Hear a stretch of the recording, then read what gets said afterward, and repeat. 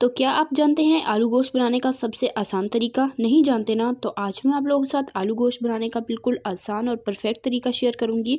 अक्सर लोगों की सालन में प्याज तैर रही होती हैं, साबुत रह जाती हैं, ग्रेवी बिल्कुल रिच और क्रीमी नहीं बनती।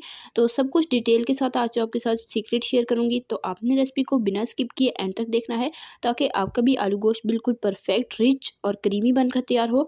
तो चलें बिना देर किए अपनी आज की रेसिपी स्टार्ट करते हैं। आपने क्या करना है, चैनल को सब्सक्राइब कर लेना है। बिस्मिल्लाहिर्रहमानिर्रहीम। एक वॉक में हाफ कप कुकिंग ऑयल शामिल करेंगे और इसमें शामिल कर देंगे प्याज 2 से 3 दरमियाने साइज़ के मैंने शामिल किए हैं। तो ये देखिए मैंने बारीक कट करके इसमें शामिल कर दिए। इसे हमने फ्राई करना है 3-4 मिनट तक, जब तक कि ये गोल्डन ब्राउन नहीं हो जाते। तो यहाँ पर आप देख सकते हैं हमारे प्याज जो हैं गोल्डन ब्राउन हो चुके हैं, बिल्कुल परफेक्ट। हमें यही कलर चाहिए, बहुत ज़्यादा डार्क हम इसे नहीं करेंगे। अब इसमें 1-2 टेबलस्पून पानी शामिल कर देंगे ताकि ये मज़ीद डार्क ना हो। और अब हम इसमें शामिल कर देंगे टमाटर। तो यहाँ पर मैंने 2 से 3 दरमियाने साइज़ के टमाटर लिए थे, इन्हें भी मैंने बारीक कट कर लिया है। ये टमाटर इसमें शामिल कर देंगे, अच्छे से एक दफ़ा मिक्स करेंगे। अब इसमें कुछ इंग्रेडिएंट जाएंगे।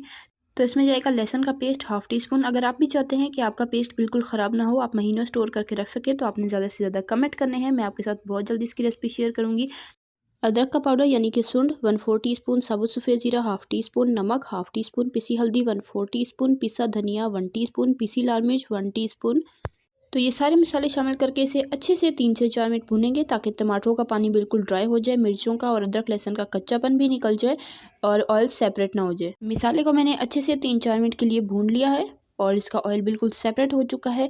अब इसमें शामिल कर देंगे पानी, सिर्फ 1 गिलास हमने पानी इसमें शामिल करना है।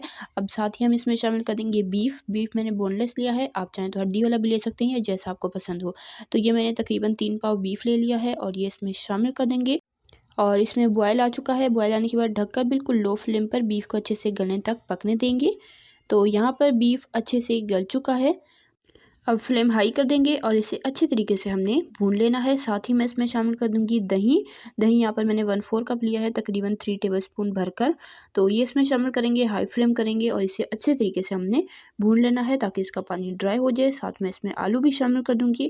तो आलू यहाँ पर मैंने 3 दरमियाने साइज़ के लिए हैं, आप अपनी मर्ज़ी के हिसाब से ले सकते हैं जितने ज़्यादा आपको पसंद हो। तो ये शामिल करके हमने इसे अच्छे से भूनना है जब तक कि दही का पानी और ये गोश्त का पानी बिल्कुल ड्राई नहीं हो जाता। तो तकरीबन 3-4 मिनट में इसे अच्छे से भूनूंगी। यहाँ पर आप देख सकते हैं मैंने इसे अच्छे से बिल्कुल भून लिया है।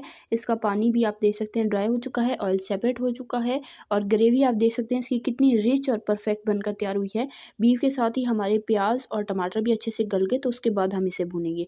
जब हम गोश्त को गला लेते हैं तो उसके बाद भूनते हैं, तो जो प्याज और टमाटर होते हैं वो अच्छे से गल चुके होते हैं, तो वो बिल्कुल भूनते हुए मैश हो जाते हैं और इसकी ग्रेवी बिल्कुल रिच बनकर तैयार होती है।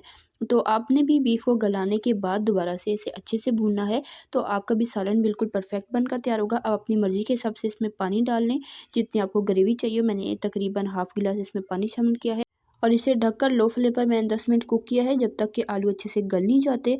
उसके बाद हम इसमें शामिल कर देंगे कसूरी मेथी, तकरीबन हाफ़ टी स्पून मैंने इसमें शामिल की है, हाथ से अच्छे से मसल कर, ताकि इसकी अच्छी सी खुशबू और फ्लेवर निकल कर आए। अच्छे से इसे मिक्स कर लेंगे और ग्रेवी मेरे साथ बिल्कुल परफेक्ट है। बीफ आप देख सकते हैं बहुत ही अच्छे से गल चुका है, आलू भी अच्छे से गल चुके हैं। कंसिस्टेंसी आप अपने हिसाब से एडजस्ट कर सकते हैं, मेरे हिसाब से बिल्कुल परफेक्ट है। अब इसे डिश आउट करते हैं और आपको दिखाते हैं चीज़ की फाइनल लुक।